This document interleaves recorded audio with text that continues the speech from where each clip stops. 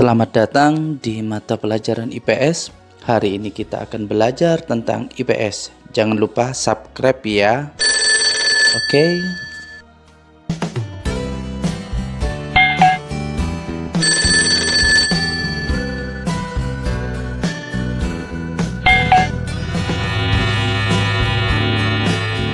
Assalamualaikum warahmatullahi wabarakatuh. Selamat berjumpa kembali di materi kita selanjutnya di mata pelajaran IPS. Saat ini kita akan membahas bab 2, yaitu tentang pengaruh interaksi sosial terhadap kehidupan sosial dan kebangsaan.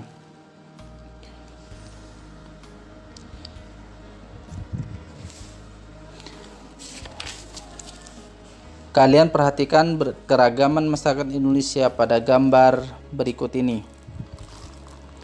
Keragaman masyarakat yang ada di Indonesia merupakan salah satu kekayaan bangsa Indonesia. Keragaman masyarakat Indonesia melahirkan berbagai kebudayaan yang memiliki nilai sangat tinggi. Interaksi masyarakat yang beragam melahirkan berbagai inovasi budaya yang menarik. Keragaman masyarakat Indonesia bukan hanya dalam hal etnis, tetapi juga faktor-faktor lain seperti agama, budaya, kegiatan ekonomi, dan sebagainya. Dalam kehidupan sehari-hari, kalian menemukan masyarakat Indonesia yang memiliki keragaman profesi atau pekerjaan, seperti buruh dan majikan, staf dan pimpinan, guru dan kepala sekolah. Interaksi dalam masyarakat antara lain menghasilkan kesepakatan yang tertulis maupun tidak tertulis untuk menempatkan seseorang pada posisi yang sesuai peranannya. Pekerjaan dapat berbentuk oleh adanya kesepakatan dalam masyarakat. Setiap aspek kehidupan diisi dengan banyak variasi pekerjaan yang berbeda-beda. Kalian akan mempelajari bagaimana terjadinya mobilitas sosial masyarakat Indonesia. Mobilitas masyarakat Indonesia yang sangat dinamis merupakan pendorong terjadinya keragaman. Keragaman atau pluralitas merupakan keunggulan bangsa Indonesia. Namun demikian, bangsa Indonesia harus waspada terhadap terjadinya konflik. Karena itu, bangsa Indonesia harus berusaha menyelesaikan berbagai konflik sehingga persatuan dan kesatuan tetap terjaga. Mobilitas sosial. Kita akan membahas tentang pengertian mobilitas sosial. Simaklah terlebih dahulu kisah singkat berikut ini. Kesuksesan Mas'ud. Sebagai seorang anak petani miskin, Mas'ud berusaha untuk memperbaiki taraf kehidupan keluarganya. Orang tuanya hanya mampu menyekolahkan dia sampai tingkat SMP. Walaupun demikian, Mas'ud tetap bercita-cita melanjutkan sekolah ke jenjang yang lebih tinggi. Pada tahun 1980, pergilah Mas'ud ke kota bersama temannya. Di kota mereka berjualan koran di waktu pagi dan berangkat sekolah pada waktu siang. Dari hasil penjualan koran, Mas'ud membiayai sekolahnya, bahkan sampai kuliah di perguruan tinggi. Kuliah di perguruan tinggi membuat Mas'ud semakin memiliki pengetahuan luas tentang usaha bisnis. Mas'ud tidak lagi berjualan koran di pinggir lampu merah. Dia membuka kios koran dan majalah. Usaha Mas'ud terus mengalami kemajuan sehingga berkembang menjadi toko buku yang laris. Kini Mas'ud memiliki 4 cabang toko buku yang mempekerjakan lebih dari 200 pekerja. Mas'ud yang masa lalunya anak petani miskin, kini telah menjadi pengusaha terpandang di kotanya. Keberhasilan Mas'ud tidak lepas dari usahanya yang gigih. Perhatikanlah contoh keberhasilan Mas'ud di atas. Dari ilustrasi tersebut, apabila kondisi ekonomi keluargamu sama dengan Mas'ud, mudah-mudahan kisah Mas'ud dapat menginspirasi. Seandainya kalian saat ini lebih baik kondisinya dibandingkan saat Mas'ud di SMP, kalian tentu harus jauh lebih sukses dari Mas'ud. Kisah keberhasilan Mas'ud pada teks di atas merupakan salah satu contoh mobilitas sosial. Perhatikanlah gambar seorang direktur dan bawahannya pada gambar di atas. Pernahkah kalian memikirkan bagaimana seorang dapat menjadi direktur perusahaan? Apakah kalian pernah bercita-cita menjadi direktur perusahaan? Apakah staf atau bawahan direktur perusahaan dapat menjadi direktur? Menjadi direktur perusahaan itu tidak mudah. Ada beragam cara untuk menjadi seorang direktur. Salah satu cara yang paling mudah adalah merintis karir sebagai karyawan biasa, menjalankan tugas dan tanggung jawab sebaik-baiknya sehingga mencapai prestasi dan promosi, dan pada akhirnya menduduki jabatan direktur. Seorang karyawan yang berprestasi sehingga menduduki jabatan direktur merupakan contoh mobilitas sosial. Setelah kalian memperhatikan contoh mobilitas sosial pada dua kasus tadi, tentu kalian memiliki sejumlah pertanyaan. Apa sih yang dimaksud mobilitas sosial? Mengapa terjadi mobilitas sosial? Apa saja yang tergolong mobilitas sosial? Bagaimana keuntungan dan kerugian terjadinya mobilitas sosial? Untuk menjawab beberapa pertanyaan tersebut, kalian dapat menyimak penjelasan berikut ini. Mobilitas sosial. Mobilitas berasal dari bahasa Latin mobilis, yaitu berarti mudah, dipindahkan atau banyak bergerak dari satu tempat ke tempat yang lain. Kata sosial pada istilah tersebut mengandung makna seseorang atau sekelompok warga dalam kelompok sosial. Jadi, mobilitas sosial adalah perpindahan posisi seseorang atau sekelompok orang dari lapisan yang satu ke lapisan yang lain.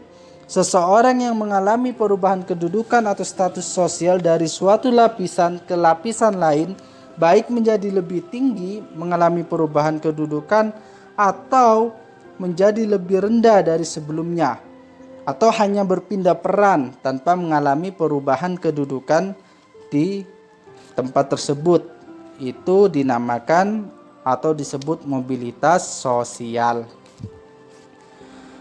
Beberapa contoh lain dari mobilitas sosial dalam kehidupan masyarakat kita, misalnya seorang pensiunan pegawai rendahan salah satu departemen beralih pekerjaan menjadi seorang pengusaha dan berhasil dengan gemilang. Seorang anak pengusaha ingin mengikuti jejak ayahnya yang berhasil, lalu membuka usaha lain namun gagal dan akhirnya jatuh miskin. Dalam mobilitas sosial, selain terjadi perubahan dari strata bawah ke strata atas, juga terjadi perubahan dari strata atas ke strata bawah. Mobilitas sosial dapat berupa pergerakan sosial ke atas, tetapi juga pergerakan sosial ke bawah. Jadi, dengan mengetahui pengertian dari mobilitas sosial, maka selanjutnya kita harus mengetahui juga bentuk-bentuk dari mobilitas sosial.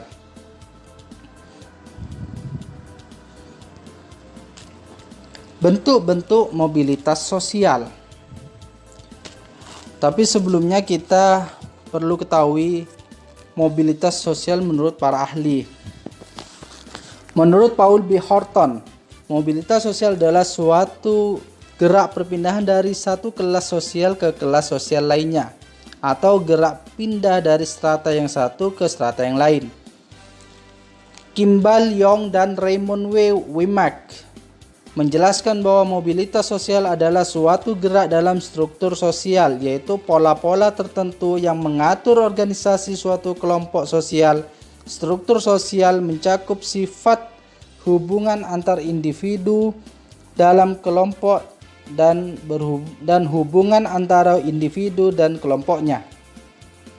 Menurut Anthony Giddens, mobilitas sosial menunjuk pada gerakan dari orang per orang atau kelompok-kelompok di antara kedudukan sosial ekonomi yang berbeda.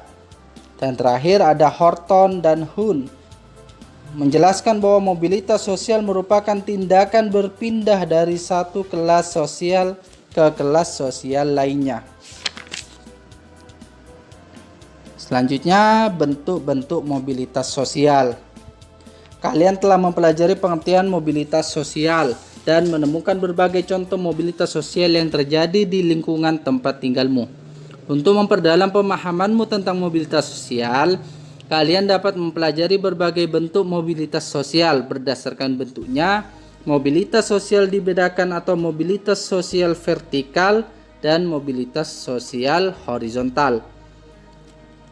Mobilitas sosial positif atau naik yaitu perubahan atau dampak yang akan lebih mempercepat tingkat perubahan sosial masyarakat ke arah yang lebih baik. Mobilitas sosial negatif atau turun yaitu perubahan atau dampak yang akan lebih mempercepat tingkat perubahan sosial masyarakat ke arah yang lebih buruk.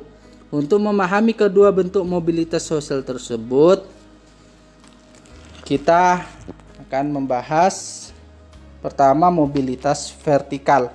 Apakah yang dimaksud mobilitas sosial vertikal?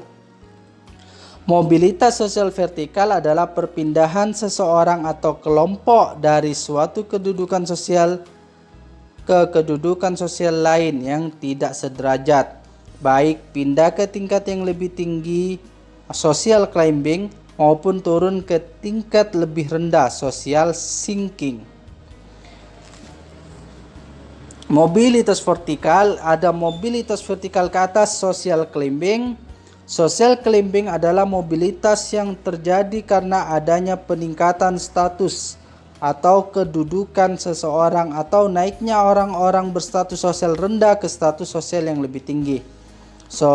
Seorang karyawan yang karena prestasinya dinilai baik kemudian berhasil menduduki sebuah kepala bagian, manajer, bahkan direktur suatu perusahaan merupakan contoh mobilitas sosial secara vertikal naik.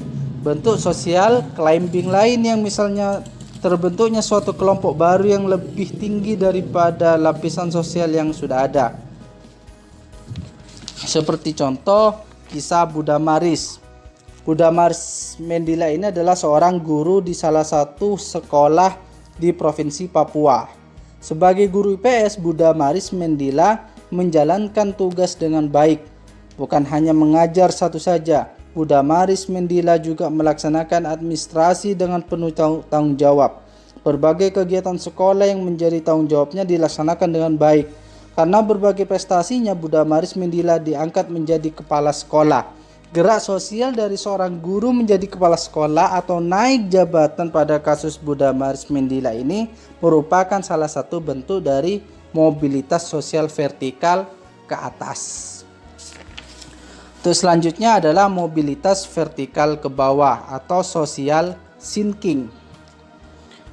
Social sinking merupakan proses penurunan status atau kedudukan seseorang.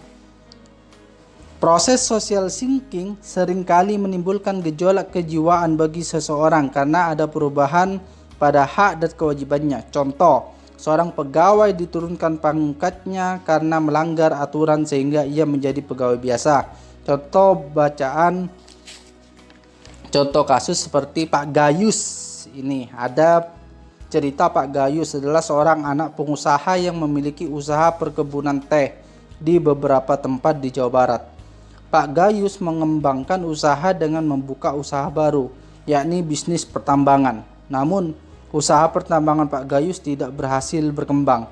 Bahkan usaha perkebunannya terus merugi hingga akhirnya mengalami kebangkrutan. Kini Pak Gayus memulai sebagai pengusaha kecil, yakni menjadi agen penjualan teh.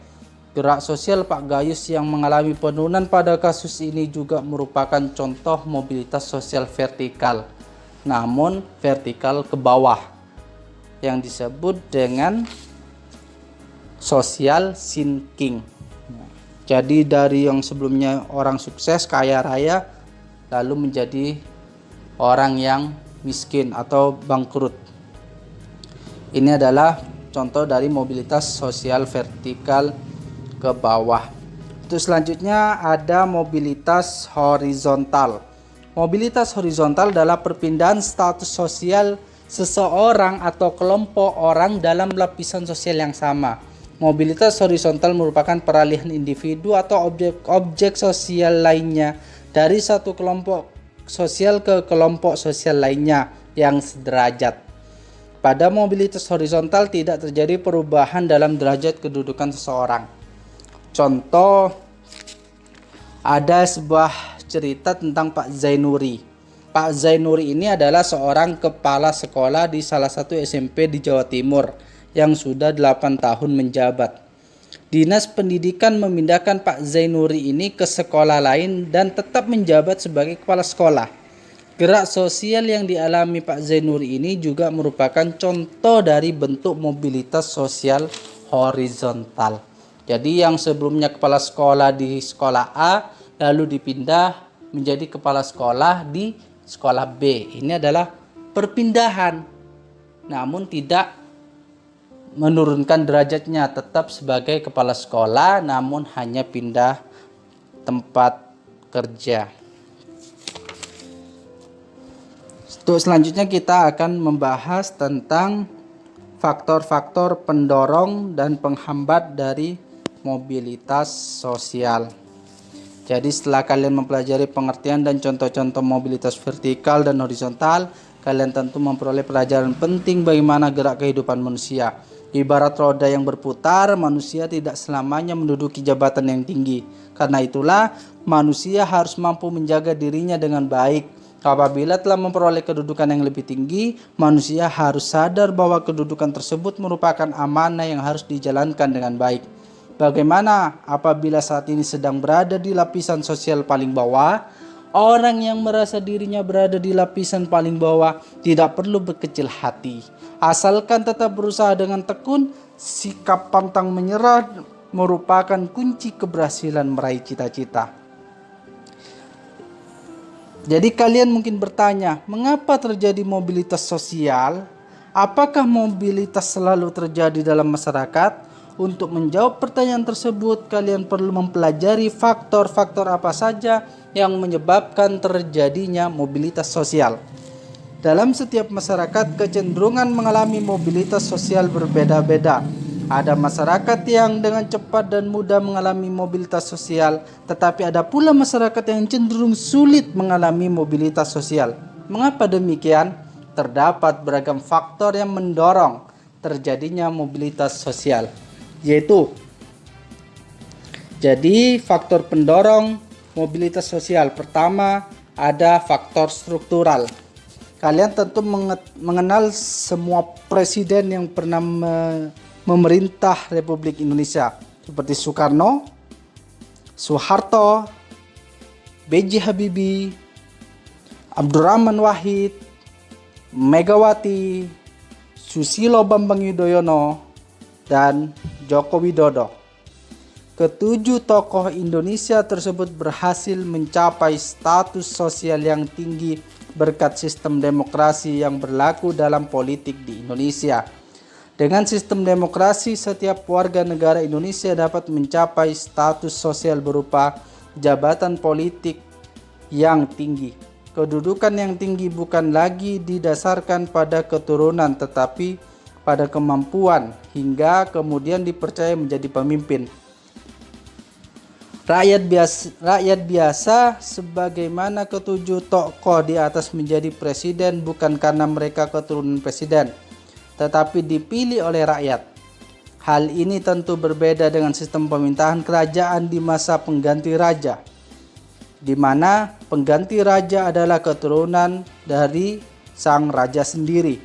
Struktur masyarakat Indonesia sangat terbuka. Orang miskin dapat mengalami mobilitas sosial setinggi-tingginya, bahkan menjadi presiden. Apabila kalian merupakan anak dari keluarga kurang mampu, jangan berkecil hati. Banyak contoh tokoh Indonesia yang berasal dari keluarga miskin. Kalian tetap dapat mengejar cita-cita setinggi-tingginya karena mobilitas sosial masyarakat Indonesia bukan berdasarkan keturunan, melainkan prestasi. Memang keturunan memiliki peran penting dalam perjuangan mobilitas sosial. Anak orang kaya mudah untuk memperoleh modal usaha dibandingkan anak orang miskin. Namun, pada masa sekarang, banyak orang miskin yang menjadi kaya karena kegigihannya dalam berusaha. Demikian halnya banyak kasus orang kaya tiba-tiba miskin karena terlena dengan kekayaannya, lantas menjadi santai menjalani hidup dan akhirnya bangkrut. Oleh karena itu, tetap semangat menjalani hidup untuk menjadi lebih baik ke depan. Itu merupakan faktor struktural. Yang kedua adalah faktor individu. Setiap individu memiliki perbedaan dalam hal sikap, pengetahuan, dan keterampilan. Dua orang memiliki pengetahuan dan keterampilan yang relatif setara, belum tentu menjadi berhasil dalam melaksanakan mobilitas sosial ke atas. Hal ini disebabkan keberhasilan individu sangat ditentukan sikap dan perilaku individu tersebut. Sebagai contoh, Dua orang sarjana dari perguruan tinggi yang sama-sama melamar pekerjaan di suatu perusahaan. Hanya satu orang yang diterima karena dianggap memiliki ambisi dan komitmen dalam hidup. Kalian dapat menemukan berbagai contoh perbedaan individu orang-orang di sekitar tempat tinggalmu yang mempengaruhi peluang mereka mengalami mobilitas sosial ke atas maupun ke bawah. Untuk selanjutnya ada faktor sosial. Setiap perjuangan diawali dari ketidakpuasan. Ketidakpuasan akan status sosial mendorong manusia untuk terus berjuang segigih-gigihnya. Setiap manusia dilahirkan dalam status sosial yang dimiliki oleh orang tuanya. Saat ia dilahirkan, tidak ada satu manusia pun yang dapat memilih status. Apabila ia tidak puas dengan kedudukan yang diwariskan oleh orang tuanya, ia dapat mencari kedudukannya sendiri di lapisan sosial yang lebih tinggi. Kalian tentu juga ingin meningkatkan status sosialmu. Orang tuamu juga selalu berpesan supaya kalian belajar giat. Mereka berharap suatu saat kalian lebih berhasil dari orang tuamu. Maka dari itu, untuk saat ini, gunakanlah waktu sebaik-baiknya untuk belajar yang tekun, berusaha semaksimal mungkin agar menjadi orang sukses nanti ke depan, menjadi masa depan yang cerah, menjadi generasi penerus bangsa yang diharapkan bermanfaat bagi nusa bangsa dan agama. Untuk selanjutnya ada faktor ekonomi. Keadaan ekonomi dapat menjadi faktor terjadinya mobilitas sosial. Keadaan ekonomi yang baik memudahkan Indonesia dan memudahkan individu dan kelompok melakukan mobilitas sosial. Kalian dapat memperhatikan berbagai fenomena masyarakat di sekeliling kita. Masyarakat yang kondisi ekonominya baik cenderung lebih mudah melakukan mobilitas sosial. Dengan kondisi ekonomi yang baik, mereka mudah untuk memperoleh modal, pendidikan, dan kesempatan lainnya. Hal ini tentu berbeda dengan masyarakat yang mengalami kesulitan ekonomi atau bahkan kesulitan memenuhi kebutuhan dasarnya. Pada masyarakat yang mengalami kesulitan memenuhi kebutuhan dasar, prioritas utama adalah pemenuhan kebutuhan primer. Maka dari itu, faktor ekonomi ini sangat mendorong untuk terjadinya mobilitas sosial. Selanjutnya ada faktor politik. Bangsa Indonesia patut bersyukur karena memiliki stabilitas politik yang baik. Kondisi negara aman dan damai sehingga para pemimpin dapat menjalankan roda pembangunan dengan baik. Semua rakyat berperan aktif dalam pembangunan. Kondisi ini tentu berbeda dengan situasi Indonesia pada tahun 1945 hingga 1950. Pada masa tersebut, situasi politik dalam negeri tidak menentu. Belanda masih berusaha menguasai Indonesia sehingga memilih perang baru. Beberapa pemberontakan juga terjadi yang membuat pemerintah lebih sibuk mengurus keamanan negara daripada meningkatkan perekonomian. Hal ini jelas mempengaruhi mobilitas sosial warga negara.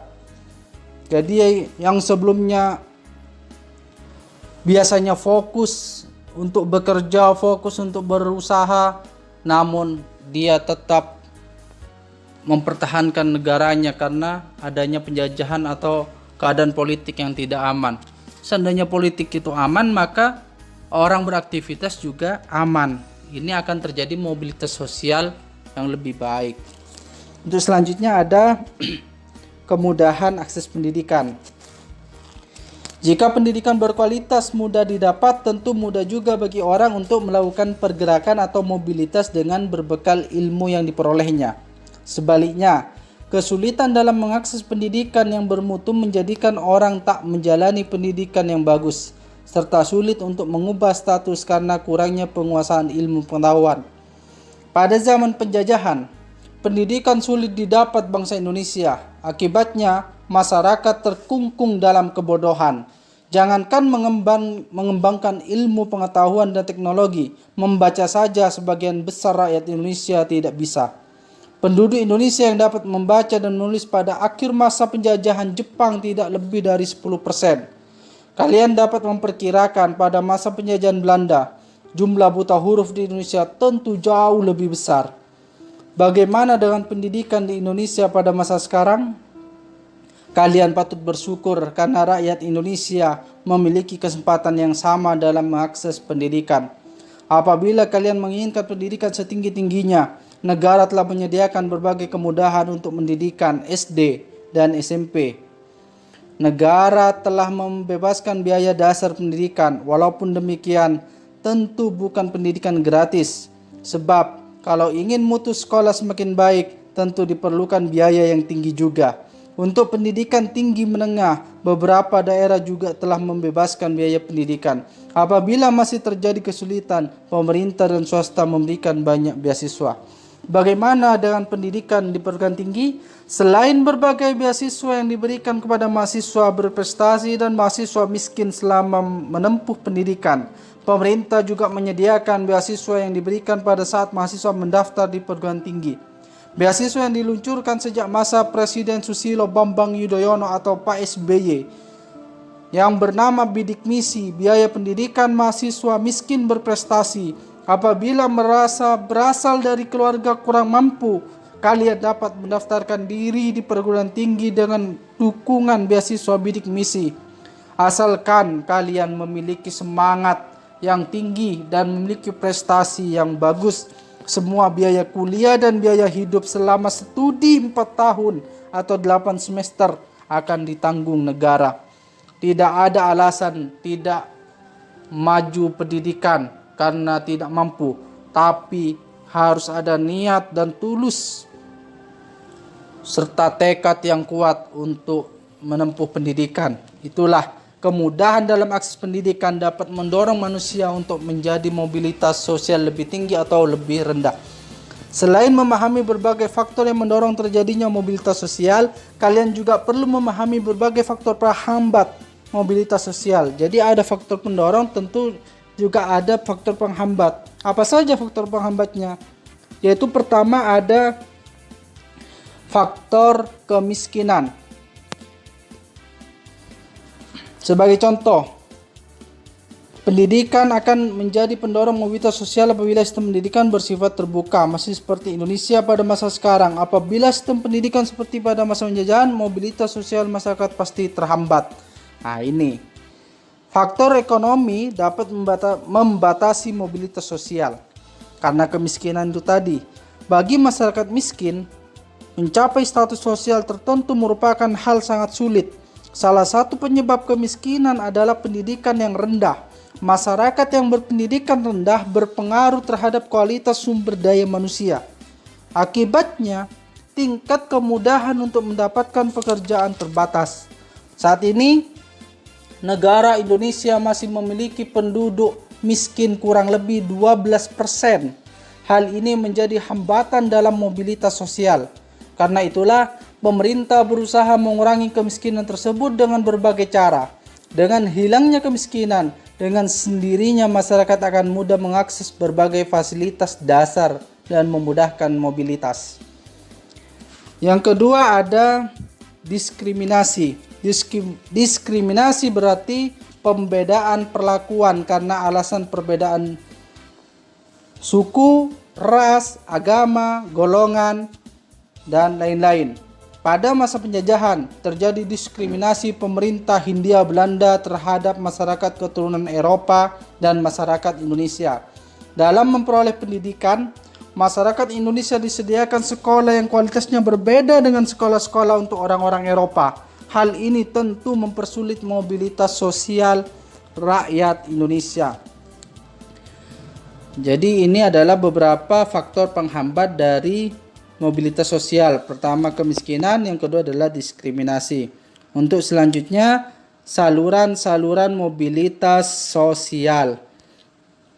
Kalian tentu berpikir bagaimana caranya agar mobilitas sosial itu terjadi. Setiap orang dapat mewujudkan mobilitas sosial di lingkungan atau instansi tempat ia sedang berkarya. Sebagai contoh, bagi seorang guru yang sedang bertugas di lembaga pendidikan, ia dapat mewujudkan mobilitas sosial di lembaga pendidikan tersebut. Seorang politikus di partai politik dapat melakukan mobilitas sosial di partai politik yang ia ikuti.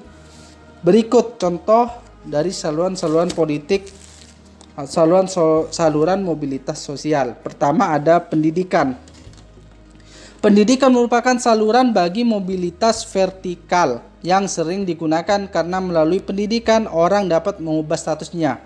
Jadi kalau kalian ingin mengubah status, maka pendidikan harus dikejar sampai ke jenjang yang lebih tinggi.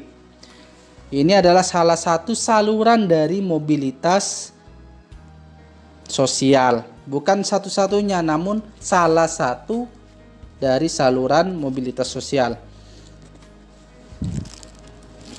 Lembaga-lembaga pendidikan pada umumnya merupakan saluran yang konkret dari mobilitas vertikal ke atas, bahkan dianggap sebagai social elevator atau perangkat yang mengangkat seseorang dari kedudukan yang rendah ke kedudukan yang lebih tinggi. Pendidikan memberikan kesempatan pada setiap orang untuk mendapatkan kedudukan yang lebih tinggi. Contoh, seorang anak dari keluarga miskin mengenyam sekolah sampai jenjang perguruan tinggi. Setelah lulus, ia memiliki pengetahuan dagang dan menggunakan pengetahuannya itu untuk berusaha. Setelah ia berhasil menjadi pedagang, secara otomatis status sosialnya juga meningkat menjadi seorang pengusaha. Luar biasa bukan? Itu adalah salah satu contoh. Yang kedua, saluran-saluran mobilitas sosial itu ada organisasi politik, di mana di sini berupa partai politik. Banyak contoh orang yang meniti perjuangan karir di organisasi politik dari tingkat rendah sampai tingkat tinggi. Sebagai contoh, Presiden Republik Indonesia pertama, Insinyur Soekarno, ketika mendirikan Partai Nasional Indonesia atau PNI, Soekarno tidak memiliki jabatan di pemerintahan. Namun melalui perjuangan politiknya, Soekarno semakin dikenal rakyat dan penjajah. Pada saat kemerdekaan, Soekarno dipilih menjadi Presiden Republik Indonesia.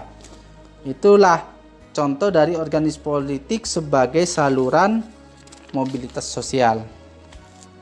Contoh lagi, seorang anggota partai politik yang profesional dan punya dedikasi tinggi kemungkinan besar akan cepat mendapatkan status sosial yang semakin tinggi dalam partainya sampai akhirnya menjadi anggota Dewan Legislatif atau bahkan menjadi eksekutif. Kalian dapat menemukan berbagai contoh perjuangan orang-orang di partai politik di sekitar tempat tinggalmu.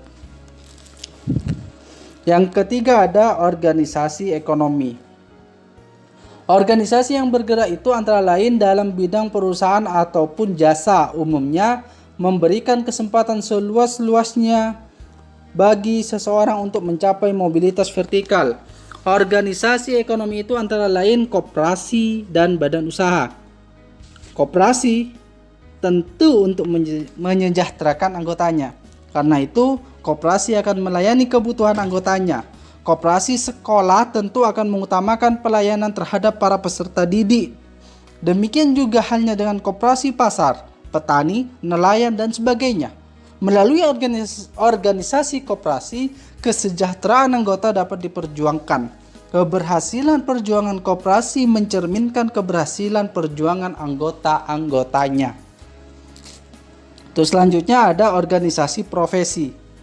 Contoh organisasi profesi lainnya yang dapat dijadikan sebagai saluran mobilitas vertikal adalah Persatuan Guru Republik Indonesia atau dikenal dengan PGRI. Ada Ikatan Dokter Indonesia atau IDI, Himpunan Pengusaha Muda Indonesia atau HIPMI, dan organisasi profesi lainnya. Kalian dapat menemukan berbagai organisasi profesi yang ada di Indonesia. Bagaimana organisasi profesi dapat menjadi sarana saluran mobilitas vertikal? Karena organisasi profesi merupakan himpunan orang-orang yang memiliki profesi yang sama, sehingga mereka akan lebih kompak dan kuat memperjuangkan profesinya. Sebagai contoh, organisasi profesi guru persatuan memperjuangkan profesinya, yaitu Persatuan Guru Republik Indonesia atau PGRI, merupakan salah satu sarana perjuangan para guru dalam bidang pendidikan dan kesejahteraan guru. Selain memperjuangkan pendidikan Indonesia, PGRI juga memperjuangkan peningkatan kesejahteraan guru. Perjuangan PGRI tentu diperhatikan oleh pemerintah Indonesia sehingga kesejahteraan guru di Indonesia terus mengalami peningkatan. Untuk selanjutnya kita akan membahas tentang dampak dari mobilitas sosial. Apa saja dampak-dampaknya? Apakah dampak positif terjadinya mobilitas sosial? Berikut ini beberapa dampak positif terjadinya mobilitas sosial. Pertama, akan mendorong seseorang lebih maju. Terbukanya kesempatan untuk pindah dari strata ke strata yang lain menimbulkan motivasi yang tinggi pada diri seseorang untuk maju di berbagai bidang. Kalian dapat membedakan kondisi Indonesia sebelum dan sesudah merdeka. Pada masa penjajahan, banyak rakyat kecil yang tidak memiliki cita-cita menjadi camat, bupati, atau gubernur. Hal ini karena tidak adanya kesempatan untuk itu. Bagaimana dengan sekarang? Banyak rakyat kecil kemudian berhasil menjadi pemimpin di berbagai bidang. Yang kedua, dampak dari mobilitas sosial dapat mempercepat tingkat perubahan sosial. Mobilitas sosial akan lebih mempercepat tingkat perubahan sosial masyarakat ke arah yang lebih baik. Contoh, Indonesia sedang mengalami perubahan dari masyarakat agraris ke masyarakat industri. Perubahan ini akan lebih cepat terjadi jika didukung sumber daya manusia yang berkualitas. Hal itu berarti perlu peningkatan kualitas pendidikan. Keberhasilan mobilitas sosial di Indonesia berarti membuat orang Indonesia memiliki kedudukan terhormat, cerdik, cendekia yang semakin banyak secara langsung mendorong terjadinya perubahan sosial budaya masyarakat. Perubahan yang mudah dilihat misalnya pada masyarakat desa. Penduduk yang berhasil melakukan mobilitas sosial biasanya akan mempengaruhi teman-teman atau masyarakat lainnya. Hal ini berarti secara langsung akan mendorong terjadinya perubahan sosial budaya di desa tersebut. Penduduk yang sebagian besar berpendidikan rendah kemudian berpendidikan tinggi akan berpengaruh terhadap gaya hidup dan mata pencarian mereka. Yang ketiga, dapat meningkatkan integrasi sosial. Terjadinya mobilitas sosial di dalam suatu masyarakat dapat meningkatkan integrasi sosial. Apa integrasi sosial? Contohnya, ia akan menyesuaikan diri dengan gaya hidup, nilai-nilai dan norma-norma yang dianut oleh kelompok orang dengan status sosial yang baru. Sehingga tercipta integrasi sosial atau persatuan masyarakat. Perubahan sosial yang terjadi pada suatu masyarakat akan mendapat respon yang berbeda dari masyarakat lain. Respon tersebut dapat berupa tantangan namun juga dapat berupa penerimaan. Penerimaan pengaruh yang diakibatkan mobilitas sosial tentu merupakan salah satu contoh terjadinya integrasi dalam masyarakat. Kalian telah memahami dampak positif terjadinya konflik, terjadinya mobilitas sosial. Tentu kalian berpikir bahwa mobilitas sosial juga membawa dampak negatif dalam kehidupan masyarakat. Apakah dampak negatif mobilitas sosial? Pertama, terjadinya konflik.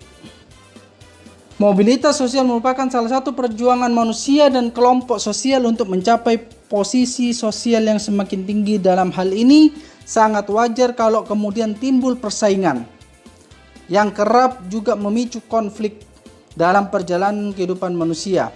Persaingan tidak dapat dihindarkan. Persaingan selalu muncul dengan berbagai kategorinya. Bahkan, persaingan bisa menjelma menjadi konflik.